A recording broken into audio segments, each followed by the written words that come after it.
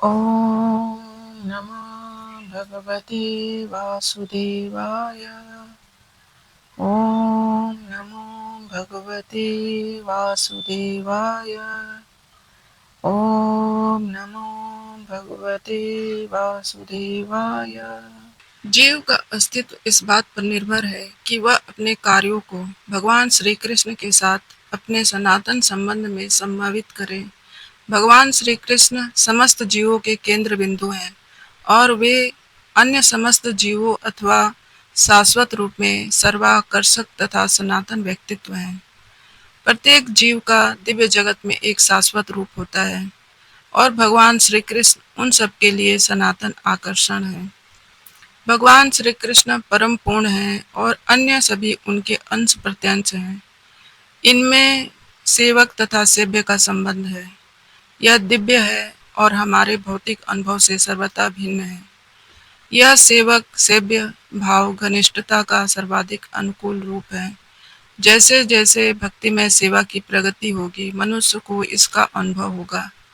हर व्यक्ति को इस भौतिक अस्तित्व की बद्ध अवस्था में भी श्री भगवान की दिव्य प्रेमा भक्ति करनी चाहिए।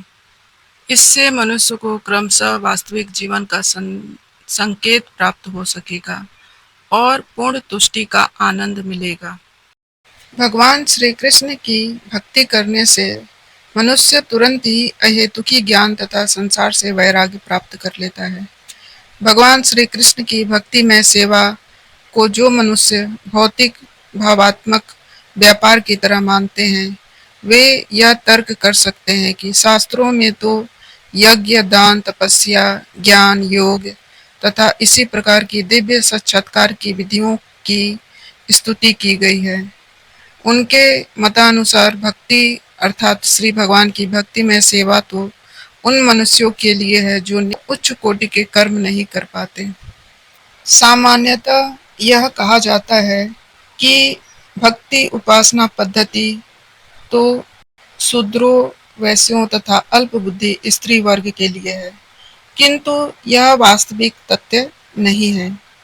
भक्ति मार्ग समस्त दिव्य कर्मों में सर्वोपरि है, इसलिए यह उत्कृष्ट होने के साथ साथ सरल भी है।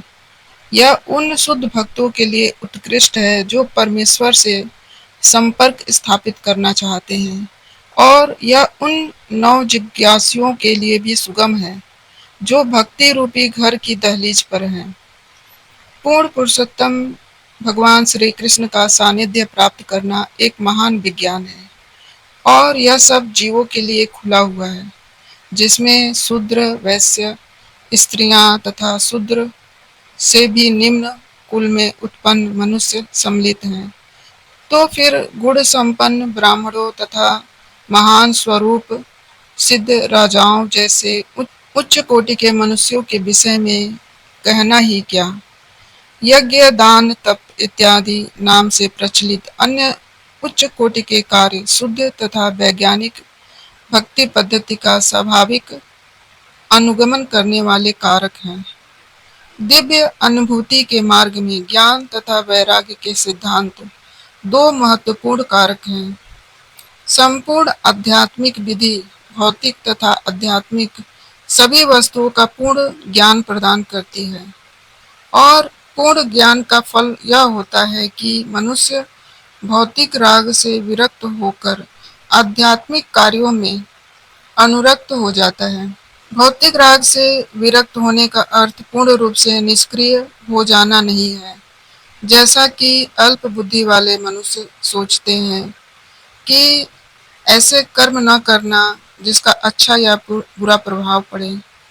निषेध का अर्थ है सकारात्मक का निषेध नहीं, अनावश्यक कार्यों का निषेध, यानी कि ऐसे कार्यों का निषेध जो उचित नहीं है और जो अनिवार्य है उसका निषेध नहीं है। इस प्रकार भौतिक रूपों से विरक्ति का अर्थ सकारात्मक रूप को नकारना नहीं है। भक्ति उपासना पद्धति तो सकारात्मक रूप की अनुभूति के लिए निर्मित है। जब सकारात्मक रूप का साक्षात्कार हो जाता है तो नकारात्मक रूप स्वतः विलग हो जाते हैं। अतः भक्ति उपासना पद्धति के विकास के साथ साथ वास्तविक रूप की सकारात्मक सेवा में व्यवहारिक रूप के जुड़ जाने से मनुष्य सहज रूप से निम्न कोटि के वस्तुओं से विलग हो जाता है और श्रेष्ठ वस्तुओं से जुड़ जाता है। अर्थात जब हम भक्ति करते हैं तो हमें हमारे अंदर की सारी बुराइयां मिट जाती हैं और हम अच्छे कर्म करने लगते हैं जो भगवान को प्रसन्न करता है। इसी प्रकार भक्ति उपासना पद्धति जीव का सर्वोच्च धर्म होने के कारण वह उसे भौतिक इंद्रिय सुख से बाहर निकालती है। यही शुद्ध भक्त का लक्षण है। वह न तो अल्पज्ञ होता है, न ही वह निकृष्ट शक्तियों में लगा रहता है और न ही उसके पास भौतिक मूल्य होते हैं। वह केवल शुष्क चिंतन से संभव नहीं होता। यह केवल शुष्क चिंतन से संभव नहीं होता। यह तो केवल भगवत कृपा से ही संभव हो पाता है। निष्कर्ष यह है कि जो शुद्ध भक्त है वह अन्य सभी उत्तम गुणों से पूर्ण होता है, यथा ज्ञान वैराग आदि। किंतु जिसमें केवल ज्ञान तथा वैराग होता है वह भक्ति उपासना पद्धति के नियमों से ठीक से परिचित हो, यह आवश्यक नहीं। भक्ति योग मानव जाति का सर्वश्रेष्ठ धर्म है। मनुष्यों द्वारा अपने पद के अनुसार संपन्न की गई वृत्तियां यदि श्री भगवान के संदेश के प्रति आकर्षण उत्पन्न न कर सके तो वे निरी व्यर्थ का श्रम होता है। मनुष्य के जीवन के प्रति विभिन्न अवधारणाओं के अनुसार वृत्तियां भी भिन्न भिन्न होती हैं। निपट भौतिकवादी के लिए तो स्थूल शरीर से इस शरीर से परे कुछ नहीं देख पाता, इंद्रियों से परे कुछ भी नहीं है। जैसे कि सामान्यतः देखा जाता है कि एक सामान्य मनुष्य अपने शरीर के अलावा अपने इंद्रियों के अलावा उसे कुछ दिखाई नहीं देता। उसका सारा ध्यान अपने शरीर के चारों ओर केंद्रित होता है। सामान्य रूप से यह निम्न पशुओं में भी देखा जाता है। विस्तारित स्वार्थ मानव समाज में दिखता है और वह परिवार समाज समुदाय राष्ट्र तथा विश्व के दृष्टिकोण से शारीरिक सुख के इर्द गिर्द घूमता है। इन निपट भौतिकवादियों से श्रेष्ठ मनोधर्मी तर्कवादी होते हैं जो मनोजगत में उड़ान भरते रहते हैं और उनकी वृत्तियों में कविता बनाना तथा दार्शनिकता या शरीर तथा मन के उसी सीमित स्वार्थ के उद्देश्य से कोई वाद चलाना सम्मिलित होते हैं। चूंकि लोगों को न तो आत्मा की कोई जानकारी होती है और न ही इसकी कि वह शरीर तथा मन के विचार क्षेत्र से किस प्रकार परे हैं, फलस्वरूप वे अपनी अपनी वृत्तियों से संतुष्ट नहीं रहते हैं। यहाँ पर आत्म संतुष्टि का प्रश्न उठाया गया है। आत्मा स्थूल शरीर तथा सूक्ष्म मन से परे है। वह शरीर तथा मन का एक सशक्त सक्रिय तत्व है। आत्मा की आवश्यकता को जाने बिना मात्र शरीर तथा मन को तुष्ट करके कोई सुखी नहीं रह सकता। शरीर तथा मन तो आत्मा की व्यर्थ के बाह्य आवरण मात्र हैं। आत्मा की आवश्यकताएं पूरी होनी ही चाहिए। केवल पक्षी के पिंजड़े की सफाई करके पक्षी को प्रसन्न नहीं किया जा सकता। मनुष्य को उस पक्षी के व्यक्तिगत आवश्यकताएं जाननी चाहिए। आत्मा की आवश्यकता यह है कि वह भौतिक बंधन के संकुचित क्षेत्र से बाहर निकलना चाहता है और पूर्ण स्वतंत्रता की अपनी इच्छा को पूरा करना चाहता है। वह इस विशालतर ब्रह्मांड की दीवारों के बाहर जाना चाहता है। वह स्वतंत्र प्रकाश तथा आत्मा का दर्शन करना चाहता है। उसे पूरी स्वतंत्रता तब प्राप्त होती है जब वह पूर्ण आत्मा श्री भगवान को मिलता है। प्रत्येक प्राणी में ईश्वर के प्रति स्नेह उपस्थित रहता है। आध्यात्मिक जीवन का प्राकट्य स्थूल शरीर तथा मन के माध्यम से स्थूल तथा सूक्ष्म पदार्थ के प्रति विकृत प्रेम के रूप में होता है। अतएव हमें ऐसे काम करने चाहिए जिससे हमारी दिव्य चेतना जागृत हो। ऐसे परमेश्वर की दिव्य लीलाओं के श्रवण एवं कीर्तन द्वारा ही संभव है और ऐसी कोई भी कार्य जिससे मनुष्य में परमेश्वर के दिव्य संदेश का श्रवण तथा कीर्तन करने में अनुरक्ति जागृत नहीं होती, उसे यहाँ पर समय का अपव्यय मात्र बताया गया है। ऐसा इसलिए कि अन्य कोई भी कार्य आत्मा को मुक्ति नहीं दिला सकती। यहाँ तक कि मोक्ष कर्मियों के कर्म भी व्यर्थ माने जाते हैं, क्योंकि वे समस्त स्वतंत्रताओं के मूल स्रोत को नहीं जान पाते। निपट भौतिकवादी व्यवहारिक रूप से देख सकते हैं कि उनका भौतिक लाभ काल तथा स्थान से बंधा है, चाहे वह इस लोक में हो या अन्यंत्र। यदि वह स्वर्ग लोक में भी चला जाए तो उसकी लालायित आत्मा को वहां भी स्थायी वास नहीं मिलेगा। इस लालायित आत्मा को पूर्ण भक्ति की पूर्ण वैज्ञानिक विधि द्वारा ही तुष्ट किया जा सकता। समस्त कार्य निश्चय ही परम मोक्ष के निमित्त होते हैं, उन्हें कभी भौतिक लाभ के लिए संपन्न नहीं करना चाहिए। इसके अलावा ऋषियों के अनुसार जो मनुष्य परम धर्म में लगे हैं, उन्हें इंद्रिय तृप्ति के विकास हेतु भौतिक लाभ का उपयोग कदापि नहीं करना चाहिए। हम जानते हैं कि पूर्ण ज्ञान तथा भौतिक अस्तित्व से विरक्त श्री भगवान की शुद्ध भक्तिमय सेवा के पीछे पीछे स्वतः आ जाते हैं। किंतु कुछ मनुष्य ऐसे हैं जो मानते हैं कि धर्म सहित समस्त प्रकार की वृत्तियां भौतिक लाभ के निमित्त हैं। संसार के किसी भी भाग में किसी भी साधारण व्यक्ति की सामान्य प्रवृत्ति यही होती है कि धार्मिक या अन्य वृत्ति के बदले कोई न कोई भौतिक लाभ प्राप्त हो सके। यहाँ तक कि वैदिक साहित्य में भी समस्त धार्मिक कृतियों के लिए भौतिक लाभ का प्रलोभन दिया गया है। अधिकांश मनुष्य ऐसे लोभों अथवा धार्मिकता के आशीर्वादों के प्रति आकृष्ट होते हैं। ऐसे तथाकथित धार्मिक मनुष्य भौतिक लाभों के प्रति आकृष्ट होते हैं, क्योंकि भौतिक लाभ से इच्छाओं की पूर्ति हो सकती है और इच्छाओं की पूर्ति से इंद्रिय तुष्टि होती है। कार्यों के इस चक्र में तथाकथित धार्मिकता भी आती है, जिसके बाद भौतिक लाभ और भौतिक लाभ के पश्चात इच्छा पूर्ति होती है। इंद्रिय तृप्ति पूर्ण रूप से व्यस्त सभी प्रकार के व्यक्तियों का सामान्य मार्ग है, किंतु श्रीमद् भागवतम के निर्णय अनुसार इस श्लोक में सूत गोस्वामी के कथन द्वारा इसका निषेध किया गया है। किंतु श्रीमद् भागवतम के निर्णय के अनुसार सूत गोस्वामी के कथन द्वारा इसका निषेध किया गया है। मनुष्य को चाहिए कि वह केवल भौतिक लाभ के लिए ही कोई वृत्ति न अपनाए, न ही भौतिक लाभ का उपयोग इंद्रिय तृप्ति के लिए किया जाए। भौतिक लाभ का सदुपयोग किस प्रकार किया जा सकता है, इसका वर्णन आगे दिया गया है। जीवन की इच्छाएं इंद्रिय तृप्ति की ओर लक्षित नहीं होती। मनुष्य को केवल स्वस्थ जीवन की या आत्म संरक्षण की कामना करनी चाहिए, क्योंकि मानव तो परम सत्य के विषय में जिज्ञासा करने के निमित्त बना है। मनुष्य के कर्मों का इसके अतिरिक्त अन्य कोई लक्ष्य नहीं होना चाहिए। पूर्ण रूप से मोहग्रस्त भौतिक सभ्यता गलत तरीके से इंद्रिय तृप्ति की इच्छा पूर्ति की दिशा में अग्रसर है। ऐसी सभ्यता में जीवन के सभी क्षेत्रों में इंद्रिय तृप्ति ही परम लक्ष्य होता है, चाहे वह राजनीति हो या समाज सेवा हो, परोपकार, परहित, वाद या धर्म। यहाँ तक कि मोक्ष में भी वही इंद्रिय तृप्ति की छाप की प्रधानता बढ़ती जा रही है।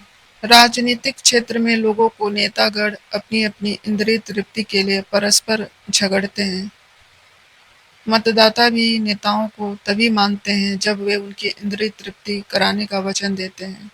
जब मतदाता अपने इंद्रिय तृप्ति में असंतुष्ट हो जाते हैं, तब वे नेता को पद से हटा देते हैं। नेता भी मतदाताओं की इंद्रियों को तुष्टि न करके उन्हें सदैव निराश करते हैं। अन्य क्षेत्रों में भी यही लागू होता है। कोई भी जीवन की समस्याओं के प्रति गंभीर नहीं है। यहाँ तक कि मोक्ष मार्ग गामी भी परम सत्य से तदाकार होने की इच्छा करते हैं और इंद्रिय तृप्ति के लिए आध्यात्मिक आत्महत्या करने को उद्यत रहते हैं। श्रीमद् भागवतम का कथन है कि मनुष्य को इंद्रिय तृप्ति के लिए नहीं जीना चाहिए। इंद्रियों की तुष्टि आत्म संरक्षण हेतु करनी चाहिए, इंद्रिय तृप्ति के लिए नहीं है। चूंकि शरीर इंद्रियों से बना है और इन इंद्रियों को कुछ तुष्टि की आवश्यकता होती है, अतः ऐसी इंद्रियों की तुष्टि के लिए कुछ विधि विधान बनाए गए हैं, किंतु इंद्रियां अनियंत्रित भोग के लिए नहीं है। उदाहरण के लिए विवाह यानी स्त्री तथा पुरुष का मिलन संतान उत्पत्ति के लिए आवश्यक है, किंतु यह इंद्रिय भोग के लिए नहीं होता। स्वेच्छा से निरोध के अभाव में परिवार नियोजन के लिए प्रचार करना पड़ता है, किंतु मूर्ख लोग यह नहीं जानते कि परम सत्य की खोज में लगते ही स्वतः परिवार नियोजन हो जाता है। परम सत्य का अन्वेषण करने वाले कभी भी अनावश्यक इंद्रिय तृप्ति के प्रति आकृष्ट नहीं होते, क्योंकि परम सत्य की खोज के कार्य में वे पूर्ण रूप से व्यस्त रहते हैं। अतएव जीवन के प्रत्येक क्षेत्र में परम सत्य की खोज को ही परम लक्ष्य बनाना चाहिए। इससे मनुष्य सुखी होगा, क्योंकि वह तरह तरह की इंद्रिय तृप्ति में कम लिप्त होगा और क्या है इसकी परम सत्य क्या है इसकी खोज करेगा। परम सत्य को जानने वाले विद्वान अध्यात्मवादी तत्वविद इस अद्वैत तत्व को ब्रह्म, परमात्मा या श्री भगवान के नाम से पुकारते हैं। परम सत्य ज्ञाता तथा ज्ञेय दोनों है और इसमें कोई गुणात्मक भेद नहीं है। अतः ब्रह्म, परमात्मा तथा श्री भगवान गुणात्मक रूप से एक ही हैं। इसी को उपनिषदों के जिज्ञासु निर्विशेष ब्रह्म के रूप में, हिरण्यगर्भ या योगी जन अंतर्यामी परमात्मा के रूप में तथा ब्रह्म भक्तगण श्री भगवान के रूप में अनुभव करते हैं। दूसरे शब्दों में श्री भगवान अर्थात परमेश्वर का स्वरूप परम सत्य की पराकाष्ठा है। परमात्मा श्री भगवान का आंशिक स्वरूप है और निर्विशेष ब्रह्म श्री भगवान का वैसा ही तेज है जैसे कि सूर्य की किरणें सूर्य देव के लिए है। कभी कभी उपयुक्त दोनों विचारधाराओं के अल्पज्ञ अनुयायी अपनी अपनी अनुभूति के पक्ष में तर्क करते हैं, किंतु जो मनुष्य परम सत्य के वास्तविक दृष्टा है वे अच्छी तरह जानते हैं कि एक ही परम सत्य के ये तीनों लक्षण भिन्न भिन्न दृष्टिकोणों से भिन्न भिन्न दिखते हैं। जैसा कि श्रीमद् भागवतम के प्रथम अध्याय के प्रथम श्लोक में कहा गया है कि परम सत्य परम पूर्ण सर्वज्ञ तथा सापेक्षता के भ्रम से सर्वथा मुक्त है।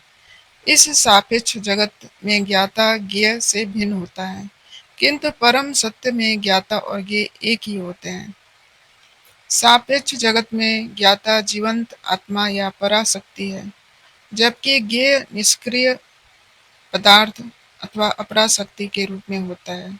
अतः यहाँ पे परा तथा अपरा शक्ति का द्वैत है, किंतु निरपेक्ष जगत में ज्ञाता तथा ज्ञेय दोनों एक ही पराशक्ति के होते हैं। परम शक्तिमान की तीन प्रकार की शक्तियां होती हैं।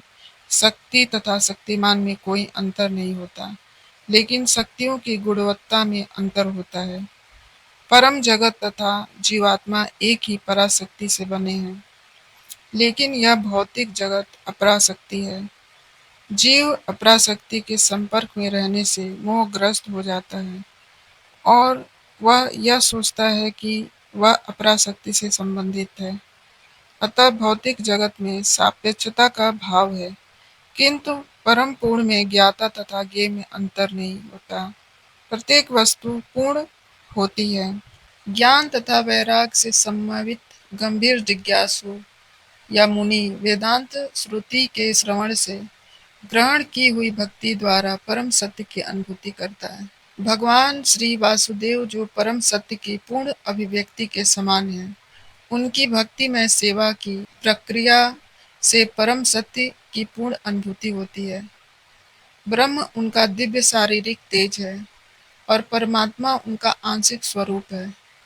फलतः ब्रह्म या परमात्मा की अनुभूति परम सत्य की आंशिक अनुभूति मात्र है।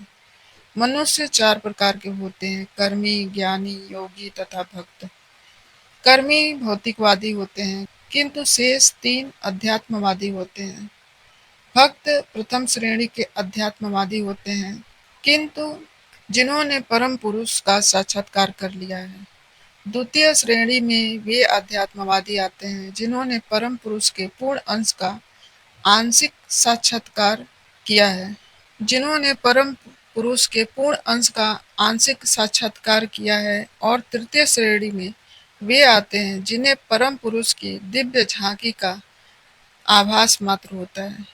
जैसे कि श्रीमद्भागवतम तथा अन्य वैदिक ग्रंथों में कहा गया है कि परम पुरुष का साक्षात्कार भक्तिमय सेवा द्वारा किया जा सकता है, जिसके पीछे पूर्ण ज्ञान तथा भौतिक संगति से वैराग्य सन्निहित रहते हैं। हम पूर्व में बता चुके हैं कि भक्तिमय सेवा के पश्चात ज्ञान तथा भौतिक संगति से वैराग आते हैं। चूंकि ब्रह्म तथा परमात्मा की अनुभूति उस परम सत्य की अपूर्ण अनुभूतियां हैं, अतः ब्रह्म तथा परमात्मा को प्राप्त करने के साधन अर्थात ज्ञान तथा योग मार्ग भी परम सत्य की अनुभूति के अपूर्ण साधन है। भक्ति योग ही एकमात्र पूर्ण विधि है जिससे गंभीर जिज्ञासु को परम सत्य की अनुभूति हो सकती है, क्योंकि भक्ति की नींव पूर्ण ज्ञान तथा भौतिक संग से वैराग्य के ऊपर खड़ी होती है और वेदांत श्रुति के श्रवण द्वारा सुदृढ़ होती है। अतः भक्ति अल्पज्ञ अध्यात्मवादियों के लिए नहीं। भक्तों की 3 श्रेणियां होती हैं, प्रथम, द्वितीय तथा तृतीय। तृतीय श्रेणी के भक्त या कनिष्ठ भक्त ज्ञान विहीन होते हैं, इसलिए वे भौतिक संगति से विरक्त नहीं होते। वे मंदिर में तो अर्च विग्रह की पूजा की प्रारंभिक प्रक्रिया के प्रति आकृष्ट होते हैं। ऐसे भक्त भौतिक भक्त कहलाते हैं। ऐसे भक्त आध्यात्मिक लाभ की अपेक्षा भौतिक लाभ के प्रति अधिक आसक्त होते हैं। अतः मनुष्य को इस भौतिक भक्ति से उन्नति करके भक्ति की द्वितीय अवस्था प्राप्त करनी चाहिए। इस द्वितीय अवस्था में भक्त को भक्ति के मार्ग में 4 तत्व दिखाई पड़ते हैं: परम, ईश्वर, उनके भक्त, अज्ञानी तथा ईर्ष्यालु। मनुष्य को कम से कम इस द्वितीय श्रेणी के भक्त की अवस्था तक जरूर उठना चाहिए, जिससे कि वह परम सत्य को जानने का पात्र बन सके। अतः तृतीय श्रेणी के भक्त को भक्ति संबंधी अनुदेश श्रीमद्भागवतम के प्रामाणिक सूत्रों से प्राप्त करने होते हैं। प्रथम श्रेणी की श्रीमद्भागवतम सुस्थापित भक्त है और द्वितीय है भागवतम जो ईश्वर का संदेश है। अतः तृतीय श्रेणी के भक्त को भक्ति के उपदेशों की शिक्षा लेने हेतु किसी सच्चे भक्त के पास जाना होता है। ऐसे भक्त कोई व्यवसायी व्यक्ति नहीं होता जो श्रीमद्भागवतम को व्यापार समझकर अपनी जीविका अर्जित करता हो। ऐसे भक्त को सूत गोस्वामी की तरह श्रील सुखदेव गोस्वामी का प्रतिनिधि होना चाहिए और उसे समस्त जनता के चतुर्दिक कल्याण के लिए भक्ति उपासना पद्धति का उपदेश करना चाहिए। कनिष्ठ भक्त को प्रामाणिक व्यक्तियों से सुनने में तनिक भी रुचि नहीं रहती। ऐसा कनिष्ठ भक्त अपनी इंद्रिय तृप्ति हेतु किसी व्यावसायिक व्यक्ति से सुनने का दिखावा करता है। इस प्रकार के श्रवण तथा कीर्तन से सब कुछ गड़बड़ा गया है। अतः इस दोषपूर्ण विधि के प्रति अत्यंत सतर्क रहने की आवश्यकता है। श्रीमद्भगवत गीता तथा श्रीमद्भागवतम में निहित श्री भगवान के दिव्य संदेश निसंदेह दिव्य विषय हैं, किंतु ऐसा होते हुए भी उन्हें किसी व्यावसायिक व्यक्ति से ग्रहण नहीं करना चाहिए, क्योंकि वह उन्हें उसी प्रकार दूषित कर देता है जिस प्रकार सर्प अपनी जीभ के स्पर्श मात्र से दूध को विषाक्त कर देता है। अतः निष्ठावान भक्त को अपनी उन्नति के लिए उपनिषद और वेदांत जैसे वैदिक साहित्य को तथा पूर्ववर्ती आचार्यों अथवा गोस्वामियों द्वारा छोड़े गए अन्य साहित्य को सुनना चाहिए। ऐसे साहित्य का श्रवण किए बिना मनुष्य वास्तविक उन्नति नहीं कर सकता। श्रवण तथा आदेशों का पालन किए बिना भक्ति का प्रदर्शन निरर्थक है और भक्ति के पथ में अवरोध जैसा है। अतएव जब तक श्रुति, स्मृति, पुराण या पंचरात्र के प्रमाणों जैसे सिद्धांतों पर भक्ति स्थापित न हो, तब तक भक्ति के ऐसे प्रदर्शन का तत्काल त्याग कर देना चाहिए। किसी अनधिकृत भक्त को कभी भी शुद्ध भक्ति की मान्यता नहीं देनी चाहिए।